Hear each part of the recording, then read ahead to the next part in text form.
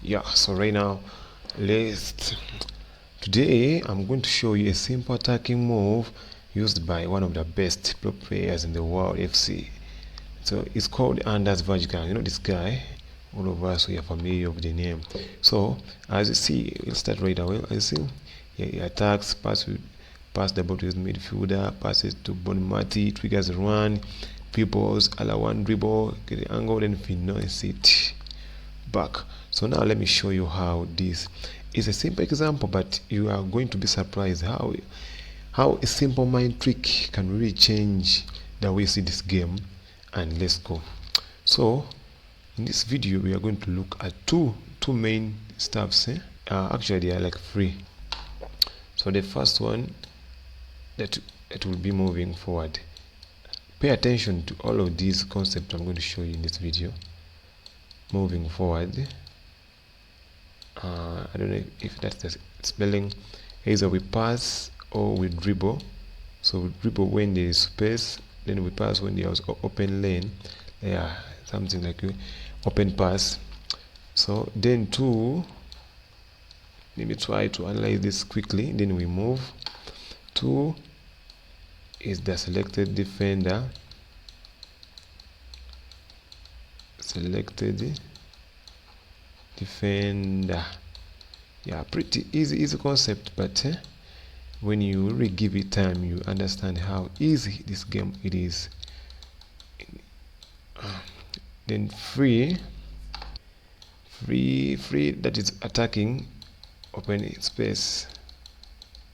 Yeah, attack open space. Yeah, so I think you can understand all of this. You can get them, so no need to write down as if we are learning how to write. So let's start. Take note of these three tips: space, attacking the open space, and then trying to move forward, then the selected defender.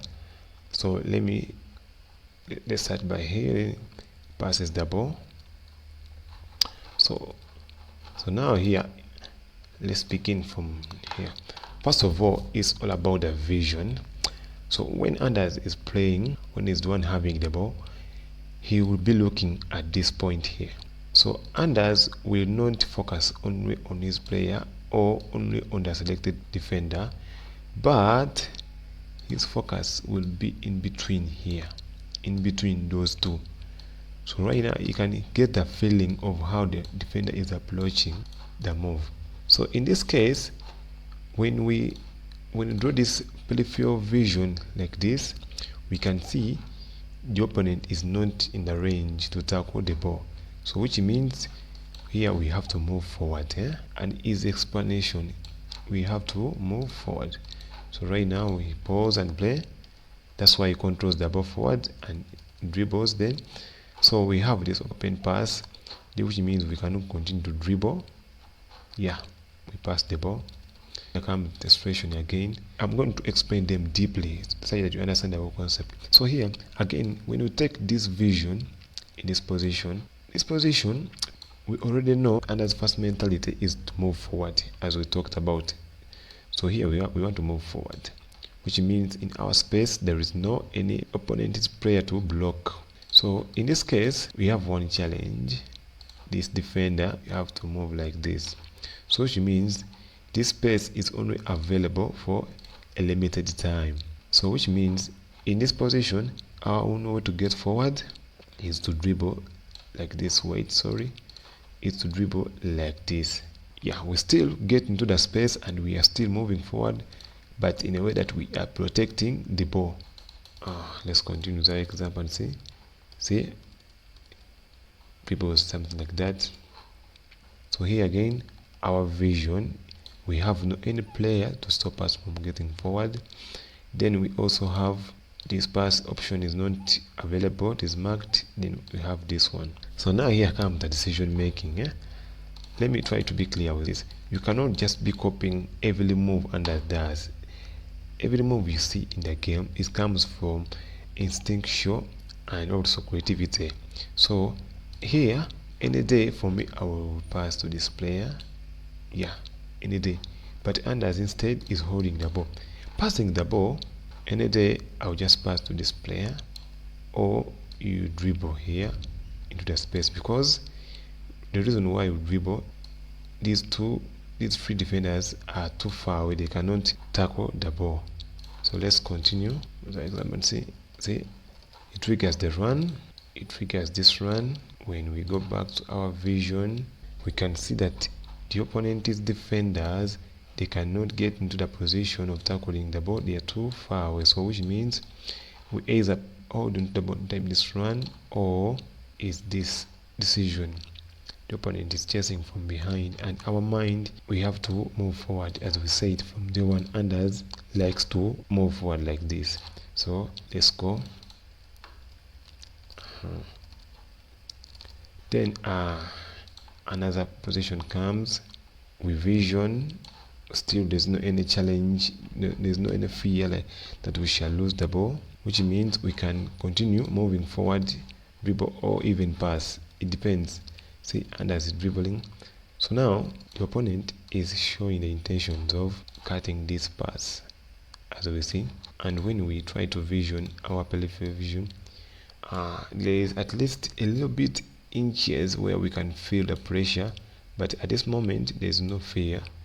We can still keep on dribbling forward or pass the ball. It depends on the decision making. It doesn't matter anything you take, it always will work out. So Anders continues to dribble because there's no any challenge trying to block him. That's why it was an easy finish by the Denmark player. Let's take a look at the second goal here. It was an easy one, I think. He wins the ball, quick pass, dribbles, gets the angle, leaves a slow pass in behind. An easy goal. So let's try and break it down step by step. So let's begin when he wins the ball like that. Bam, he tackles the ball, and we know our number one rule always is to move forward. We have to understand that every concept, every example you're going to look at, our number one rule, how can we move forward? That is Anders' mentality. So here we can move forward by either dribbling or passing, but I think passing is the best option here. So he takes the pass. So now try to remember our peripheral vision like this. Are you seeing? So which means in this case we have a little space, but when we turn like this,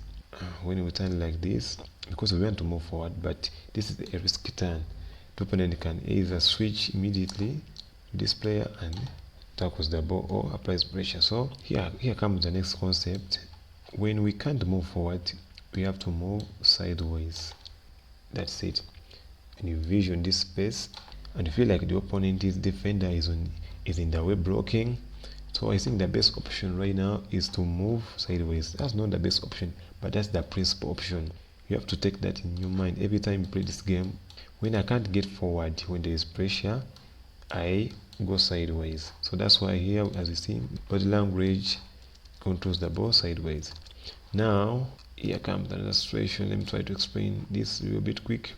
It triggers this run, as we know, whereas the selected defender is here. So how can we move forward? Before moving forward, you have to first vision how, and you see we have space, which means we can turn because the selected defender is not in the way. So we can turn and dribble something like that forward. But when we see, now here comes selected defender is very crucial. So when we view like this, something like that, this defender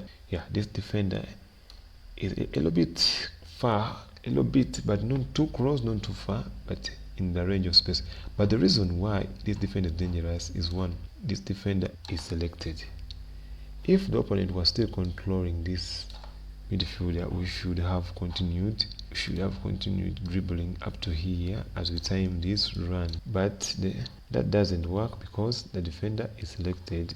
We have said when we see that, our next move is either move sideways or pass sideways. Easy move. As you see, Anders moves sideways, because that's how we protect the ball in a very, very principled way. So now here comes another situation. We want to move forward. We first see the space, yeah, we have the space, and the second defender is this, which means we can still dribble like this. But on our case, dribbling in this position and passing the ball to this running player, which is the best. Under common sense, passing the ball will mean much more than dribbling, because we shall be getting forward with momentum and fast quick enough than dribbling. So that's why Anders takes this deep through pass. So we have to vision this space, and we see, yeah, we can still continue to move forward. Reason, there is no an opponent is defender, so that's why this is very basic. These beginner moves, Anders uses them a lot to his advantage, and you can't even believe that they work for him. So that's why he's just moving forward, takes the touch to set up, then he scores. He was about to fumble, so let me try to play it in the normal speed, like that. He wins the ball, bam, passes, protects it, then he moves forward, protects the ball, releases the ball, then he go forward, get the angle and score. Here we go with our third goal. It is 2-2. By the way, this game was really tense. He wins the ball, people's forward, some good passes, slow moves. See, the attacking is very basic. No skill move, no prayer locks, no runs, no what. Just very easy, slow movement, and the guy is just flying forward. Let's try and see. Let's try. Here he wins the ball. What is our first rule? That is getting forward. So before we get forward, always vision this. So at this moment, the defender is here, which means we have space to dribble or even pass, because we have this pass here in front. This one, when you look at the ladder, wait, this one, you can take that pass. So yeah, you see, instead he chose to dribble. Call this one using L1. It takes. The reason why he's dribbling like that without any resistance, because there's no resistance. When I say resistance, pressure on the ball, there is no, and the opponent is just backing off. So it makes sense. So now he takes the pass. So now, oh, here comes the situation. We want to move forward, yeah? We vision like that, see? Which means we have the space to move forward, But we said the selected defender is always important to be aware of, even though he's not in the range space, but is being selected, which means we have to be ready for him. So in this position, dribbling like this is the best. Reason, we keep on moving forward and also trying to protect the ball, because we are moving away from this coming pressure. So let's see, something like that. See, he's now dribbling like that. So here, let's go, being pressured. So our number one rule is to pass sideways, and that's why he takes that pass. So here we want to move forward, but there is resistance. So here, which means we move sideways, but still sideways, do we have space? So instead of going like that, we can go like that, or even pass back like this. That anything can work. You can't just copy Anders. You don't copy every move from him. Just try to and learn from him. Learning, don't copy, just learn. So here we see something like that. We are moving away from the tackling range and also exploiting the open space. So let's go.